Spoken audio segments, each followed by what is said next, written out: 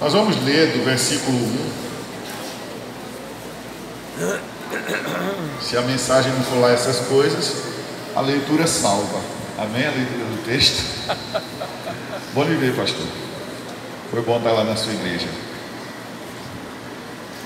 Capítulo 3, do verso 11 em diante. Diz assim a palavra: E apegando-se o coxo que fora curado a Pedro e João, todo o povo correu atônito para junto deles, ao alpendre chamado de Salomão. E quando Pedro viu isto, disse ao povo: Homens israelitas, por que vos maravilhais disto? Ou por que olhais tanto para nós, como se por nosso próprio poder ou santidade fizéssemos andar a este homem? O Deus de Abraão, e aqui você pode substituir o Yahvé de Abraão, de Isaac e de Jacó, o Yahvé de nossos pais, glorificou a seu Filho Jesus, a quem vós entregastes e perante a face de Pilatos negastes, tendo ele determinado que fosse solto, mas vós negastes o santo e o justo, e pedistes que se vos desse um homem homicida, e matastes o príncipe da vida, ao qual Deus o ressuscitou dentre os mortos, do que nós somos testemunhas. E pela fé no seu nome, fez o seu nome fortalecer a este, que vedes e conheceis. Sim, a fé que vem por ele, deu a este, na presença de todos vós, esta perfeita saúde. Versículo 17: E agora, irmãos, eu sei que o fizestes por ignorância, como também os vossos príncipes, mas Deus assim cumpriu o que já dantes pela boca de todos os seus profetas havia anunciado, que o Cristo havia de padecer. Arrependei-vos, pois, para que sejam apagados, tendo não só arrependido, mas mudado, que é isso que significa conversão, mudança. Portanto, arrependei-vos, para que sejam, por causa da vossa conversão, cancelados, apagados, extinguidos os vossos pecados, e para que venham assim os tempos do refrigério pela presença do Senhor. Versículo 20 completa: E envie ele a Jesus Cristo, que já dantes vos foi pregado. Pai, nós neutralizamos toda ingerência maligna, declaramos o teu senhorio neste lugar e nos expomos à tua palavra, que é espírito e vida. A tua palavra pode falar profundamente conosco, não só o nosso coração, mas a nossa mente, a nossa alma. A tua palavra fala ao nosso corpo e põe tudo em ordem, em linha com os teus comandos. Nós te louvamos e suplicamos que o Senhor leve a nossa mente cativa à obediência de Cristo e nos traga inteiros à tua presença, a fim de que comamos o livro todo, em nome de Jesus. Amém. Amém, irmãos. Amém. A palavra de Deus não é um conto de fadas. A palavra de Deus não é uma sugestão.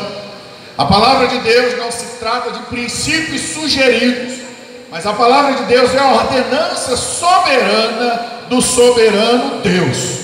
Quando Deus fala com seus filhos e estabelece princípios para eles, Ele não estabelece esses princípios como sugestão ou com a opção de cumprir ou não cumprir. Ele ordena mandamentos para que os seus os cumpra, e os seus só pode cumprir os seus mandamentos, porque se não cumprir não é filho, irmãos, é filho do diabo, de qualquer coisa menos de Deus. Quando Deus diz não mate, Ele não está dizendo se você quiser não mate, Ele está dizendo não mate. Quando Ele diz não roube, Ele está ordenando não roube. Quando ele diz não minta, ele está ordenando não minta. Quando ele diz não seja faccioso, não seja causa de divisão, não seja causa de contenda, ele não está sugerindo, ele está ordenando. Por que eu estou falando isso, irmãos? Porque esse texto aqui fala de princípios que devem seguir aqueles que são salvos, e são salvos para um encontro com o rei, e não se encontra com o rei de qualquer jeito.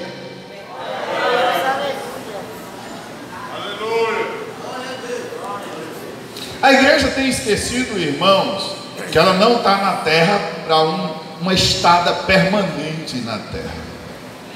Estamos numa passagem. A nossa estada permanente vai ser na presença do rei. E lá não vai entrar qualquer um e nem vai entrar de qualquer jeito. Lá não entra bode, não entra máscara, lá não entra quem anda do seu jeito.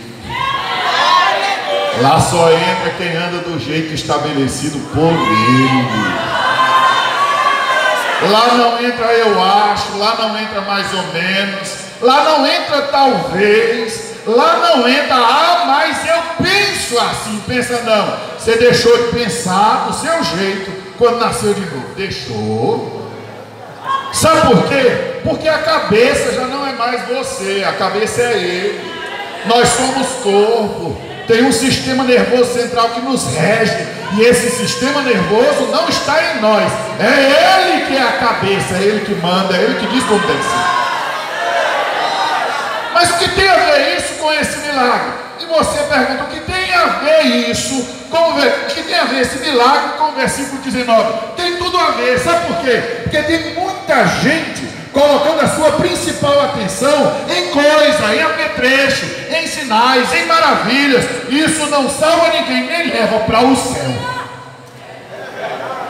É tremendo milagre, irmãos, e eu gosto de milagre.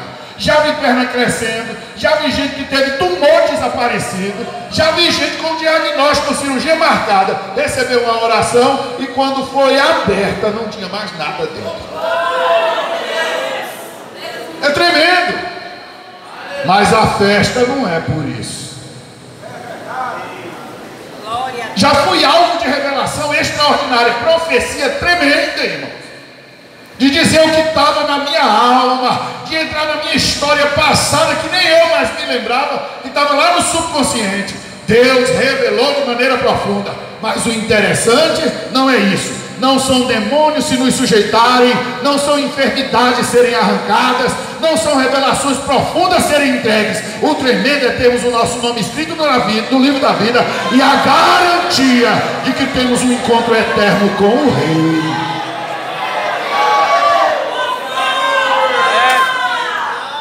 Alabara sobre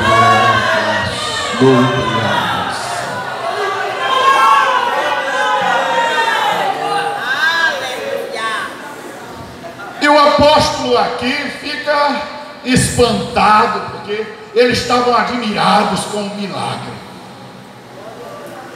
estavam atônitos com o milagre, mas não havia mudança neles.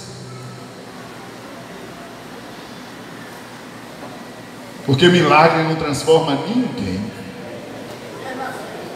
Jesus curou multidões. Jesus até ressuscitou mortos. Mas quando ele foi assunto aos céus, tinha 500 e poucas pessoas. No cenáculo tinha 100 e poucas pessoas. Na cruz, quem estava com ele? No Getsemane estavam os 12. Porque milagre não opera na alma. Quem opera na alma é a palavra da verdade. E a palavra da verdade é uma palavra dura. Ela diz assim: deixe de mentir, deixe de roubar, deixe de errar, deixe de pecar, abra mão da sua vontade e agora vira para a vontade do Rei. A palavra da salvação não é uma palavra que alimenta ego. A palavra da salvação não é uma palavra de promessa mentirosa. Não é uma palavra de igreja universal do Reino de Deus. Venha e pare de sofrer. A palavra da salvação é: no mundo tereis aflições, mas tenha bom ânimo, eu venci o mundo. A palavra da salvação não é uma palavra de engano. Porque a palavra de engano diz assim: pare de chorar, não precisa sofrer. O camarada está se acabando com o defunto que está no caixão, e aí chega alguém e diz assim: chore não. Eu não digo, eu digo chore. Chore todas as lágrimas possíveis. A não ser que o Senhor diga para mim: eu vou levantar o defunto. Aí eu chego junto e digo: chore não. Chore não, porque a situação vai ser resolvida. Mas ele nunca me disse isso, irmãos. Nunca. Já cheguei perto de alguns caixões e de canto de boca disse: em nome de Jesus. E não levantou nenhum. O único que podia chegar perto de alguém diante desse desespero e dizer: pare de chorar, é quem pode resolver a situação, a origem do choro. Só. Aleluia. Mas a palavra diz que salvo terá aflição. Os salvos tem, todos os salvos têm que morar na praia? Tem nada. Quantos salvos nós temos aqui? Glória a Deus. Levanta a mão e diga glória a Deus. Aleluia. Agora baixe. Dos salvos que aqui estão, quantos moram na praia? Levanta a mão. Muitos salvos moram na periferia. Muitos salvos têm o dinheiro contado. Muitos salvos estão no desespero porque acham que o salário não vai dar para pagar as contas. Muitos salvos estão aí preocupados. O pastor Reginaldo acabou de me contar, preocupados com a situação de exame, com a situação da família. Muitos salvos, irmãos, estão dobrando os joelhos pela madrugada, não estão sentindo presença nenhuma, mas estão levantando do joelho e declarando: o meu Redentor vive. Você sabe por quê? Porque o salvo não vive pelo que sente, o salvo não vive pelo que vê, o salvo não vive de milagre, o salvo não vive disso. O salvo vive da convicção de que tem o seu nome escrito no livro da vida e de que, por pior que seja a situação dessa vida, um dia vai cessar. Um dia todos estarão diante do Rei, e lá sim toda a situação de dor vai passar. Houve essa cura extraordinária, e estavam todos apegados, todos estavam atônitos, e em volta dessa situação o coxo se agarrou com Pedro e João, porque foi um milagre extraordinário. Eles não tinham muito, eles não tinham para dar, mas tinham autoridade para manifestar a cura que esse coxo precisava. E isso foi o que aconteceu. Pedro, então, diante de toda essa situação, ele poderia, como muitos pregadores por aí, se tornar agora um pregador de cura, não é? Um pregador de milagres, porque está por aí cartazes de pregadores que oram e dizem que perdem peso. Já vi tantos desses, nunca vi ninguém sair mais rápido. Até porque Deus não alimenta, irmãos, essas situações. Placa: grande homem, usado de cura, em sinais e prodígios e maravilhas. Você não vê isso na Bíblia.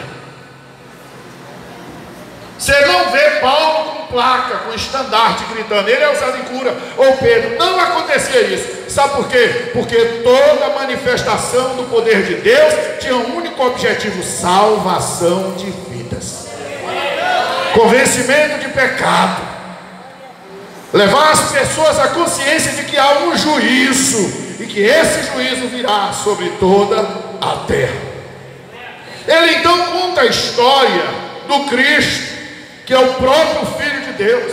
E qual é o objetivo da encarnação do Filho de Deus, que é o próprio Deus? É tornar-se pecado em nosso lugar, a fim de que nós vivamos a santidade dele. É tomar a morte que é nossa, a fim de que nós vivamos a sua vida.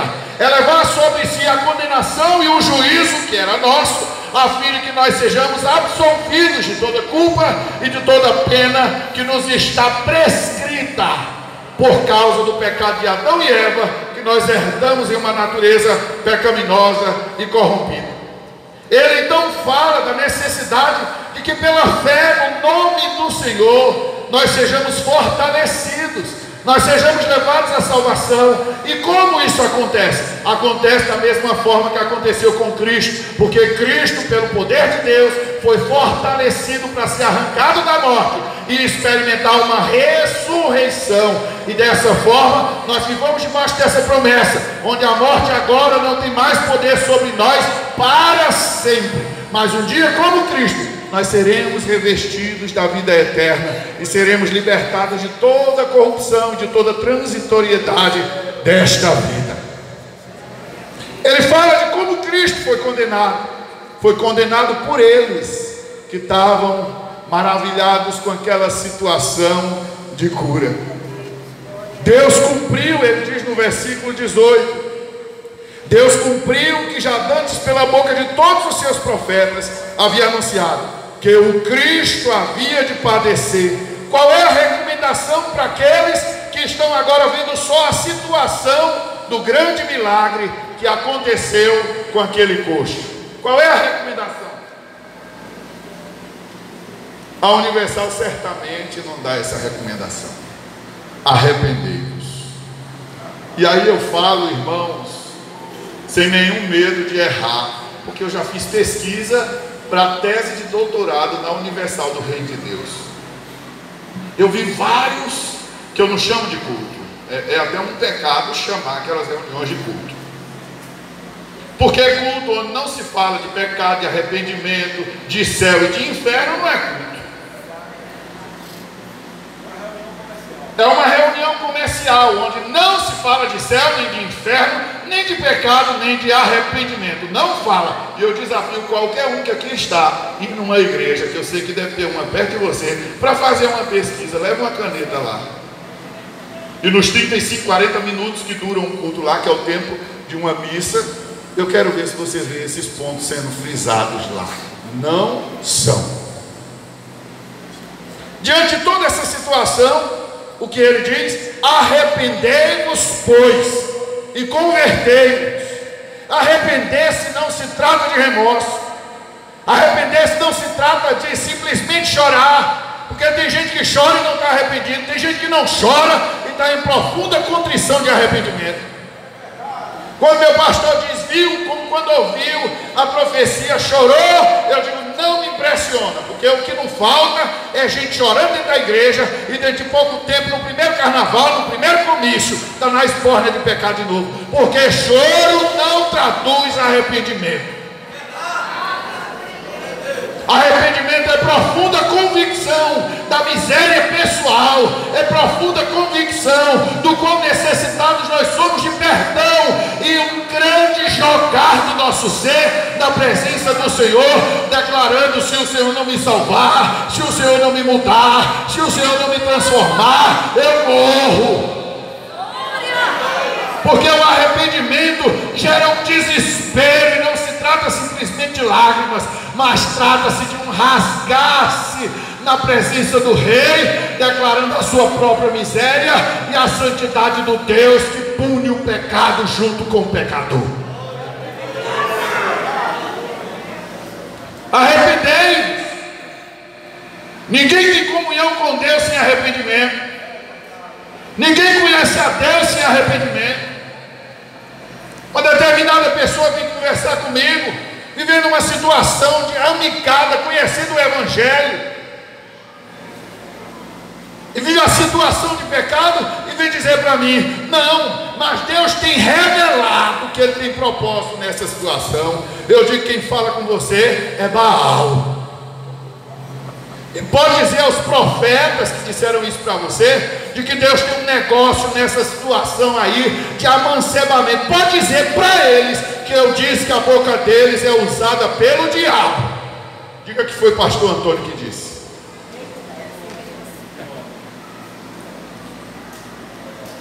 Crente que vive em pecado, crente que vive em situações que a palavra não permite, não é crente. Precisa se converter, precisa se arrepender. É por isso que muita gente está aí fora declarando: crentes como esses não quero, porque é crente submisso, crente rebelde, crente que vive de acordo com a sua própria vontade, crente que não conhece o Senhor, que ordena: obedeça.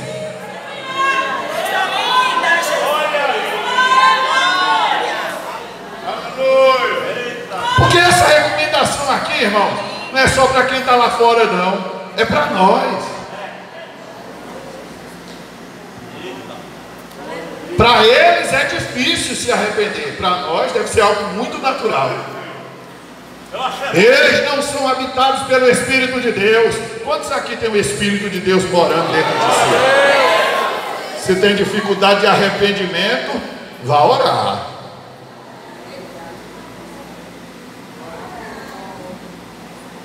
Arrependei-vos, pois. E o que? Mude. O arrependimento é algo provocado pelo Espírito, mas eu tenho que ter uma atitude de submissão, a fim de que esse arrependimento aconteça de verdade. E convertei-vos. E aí tem gente que acha que a mudança da sua vida depende de um sobrenatural, é como se fosse uma mágica. Não, não. Você vai ter que aprender a desligar a internet, desligar a televisão. Você vai ter que aprender a ficar dentro de casa, não dar ouvidos a conversas. Você vai ter que aprender a dobrar o joelho, a orar, ler as escrituras sagradas. Você vai ter que decidir jejuar, a fim de receber do Pai. Porque quem recebe dele é quem busca. E quem busca tem que decidir buscar.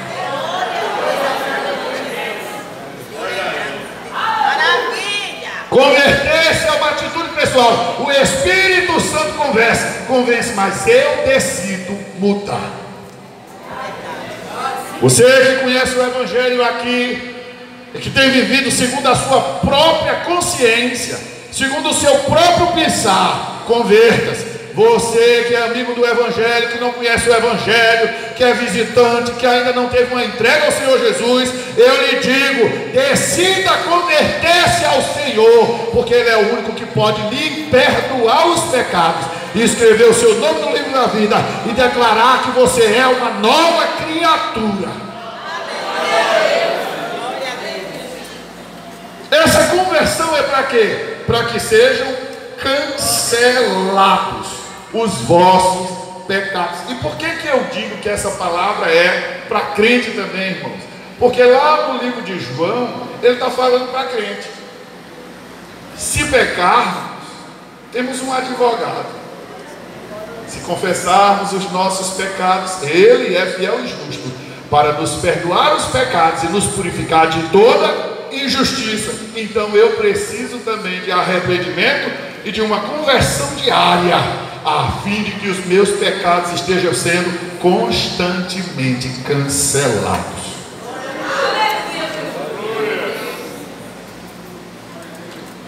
Contradiz o calvinismo. Eita, e agora? Não contradiz o calvinismo, porque o calvinismo não diz assim: pode continuar pecando, a graça que vem sobre nós nos faz andar em linha com a palavra. Isso é para calvinista e é para assembleano. Se calvinista não andar segundo a palavra, ele não é salvo, vai para o inferno. Se assembleano não andar segundo a palavra, ele não é salvo, vai para o inferno.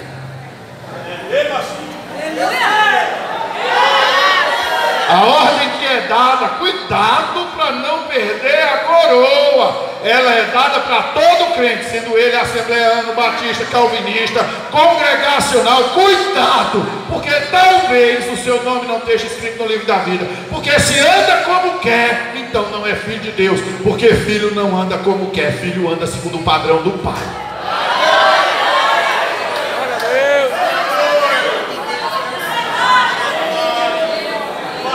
Para que sejam apagados os vossos pecados, e para que venham assim os tempos do refrigério pela presença do Senhor. Irmãos, interessante é que aqui ele não fala de milagre, não fala. Ele não fala para que venham os tempos de refrigério em que você recebe a sua cura, em que você tem tudo resolvido, em que o dinheiro chega para além do necessário para pagar as contas. Não está falando de folga financeira ou de livramento de todos os apertos físicos e naturais dessa vida. Está falando de um relacionamento que é desenvolvido a partir de uma vida de arrependimento, uma vida de conversão, uma vida em que se tem os pecados cancelados, onde se obtém uma profunda comunhão com o Senhor, e nessa comunhão se tem uma paz que excede a todo entendimento.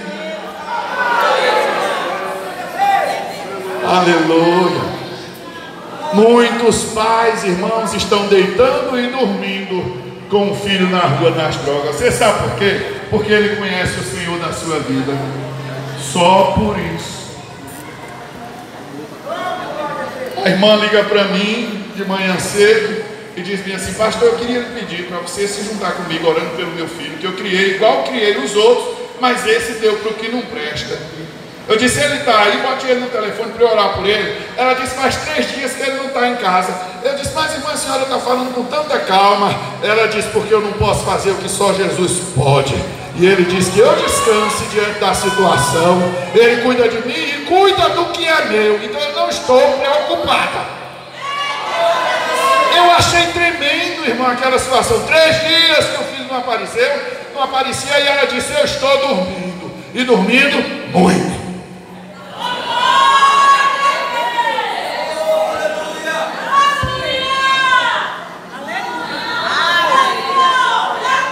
Tem os pecados cancelados. Então você vive um tempo de refrigério pela presença do Senhor. Aleluia. Presença do Senhor gera refrigério. E envie ele a Jesus Cristo, que já dantes vos foi pregado. E aqui entra a situação também extremamente séria para nós, que é o quê? Quantos aqui estão esperando a volta de Jesus? Você se converte dos seus pecados, você se arrepende dos seus pecados, você se converte ao senhorio de Cristo, você tem os seus pecados cancelados, para que vivam refrigério pela presença do Senhor, para viver agora na expectativa da volta de Jesus, para buscar a sua igreja. Sabe qual é o maior problema da igreja? O pastor Reginaldo estava me falando aqui justamente sobre isso. Nós temos que pregar sobre a volta de Jesus, porque houve um tempo em que se pregava mais. Se dissesse assim: o assunto hoje na igreja vai ser Apocalipse, lotava. Diga agora que o assunto vai ser a volta de Jesus, para ver se dá 2 gatos pingados. Você sabe por quê? Porque o povo está vivendo agora como se Jesus não fosse voltar, como se a promessa tivesse morrido. Jesus não vai voltar. Sabe por quê? A vida está muito boa na terra, irmãos. Pobre agora tem carro, pobre tem casa própria, não é? Pobre tem tanto privilégio que já não está mais interessado no céu.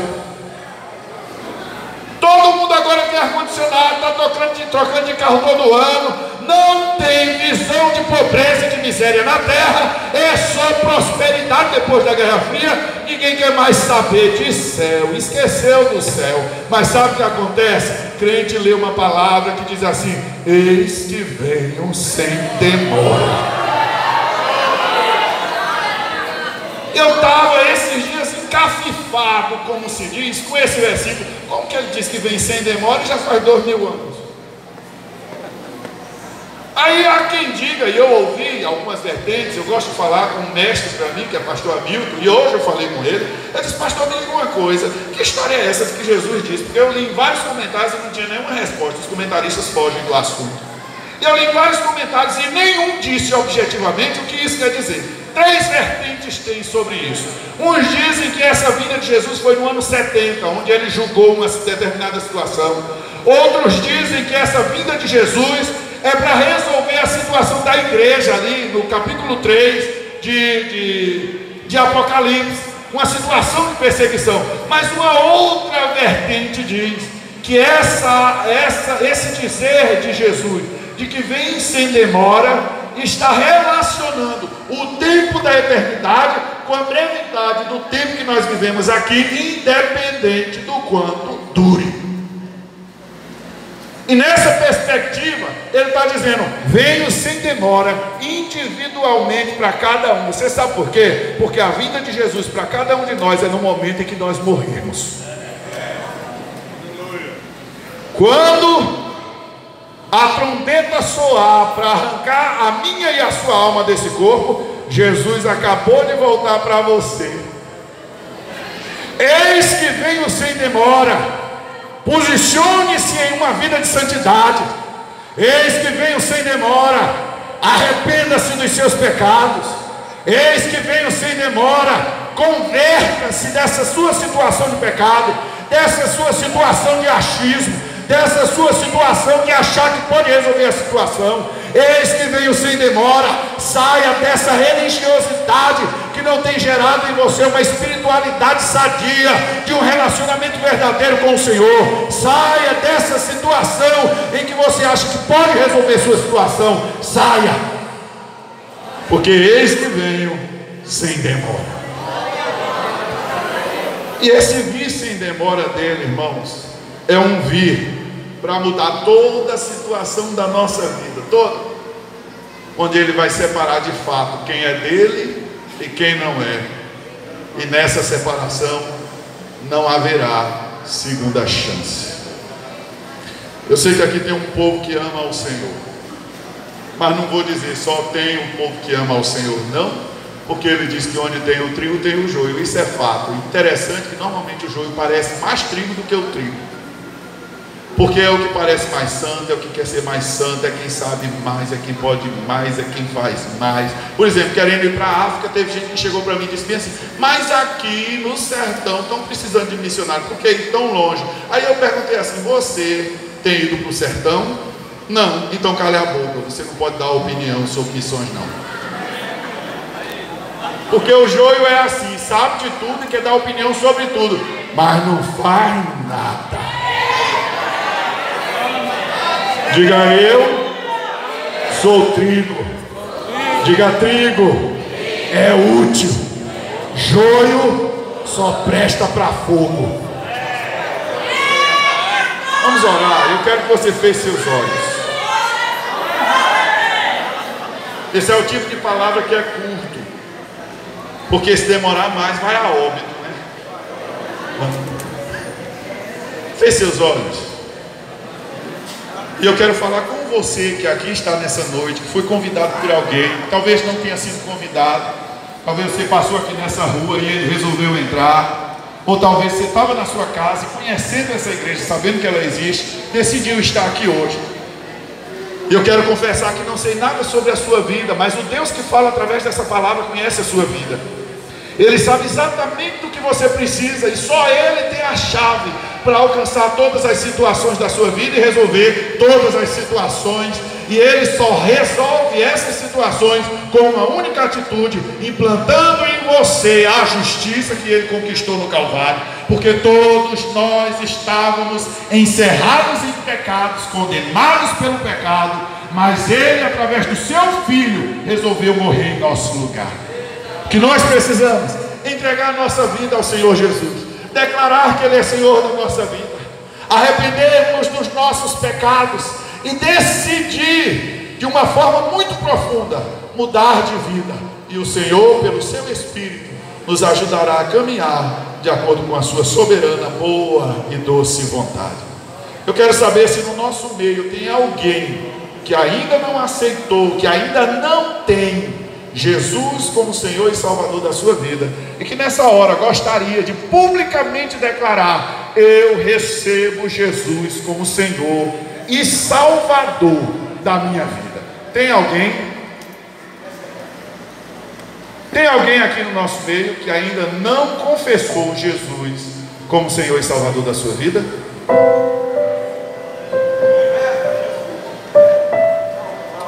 O Senhor conhece o seu coração,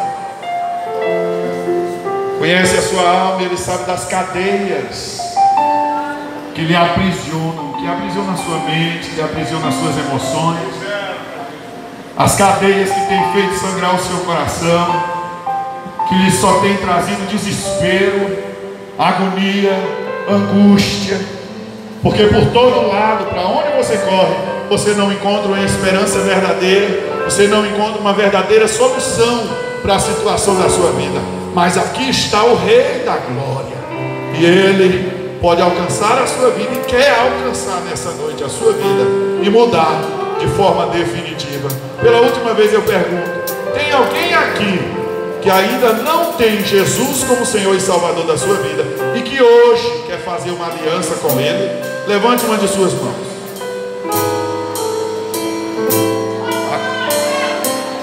Amém. Glória a Deus. Pode vir aqui à frente. Mais alguém? Mais alguém deseja aceitar Jesus como Senhor da sua vida? Aleluia. Eu agradeço a oportunidade. Coisa do céu, coisa do céu. Vamos orar rapidinho por ele. Vamos ouvir o irmão. Aí fica a cantora com o conjunto, mais a um hino que ela quer cantar. 1, 2 ou 3. Amém? Então vamos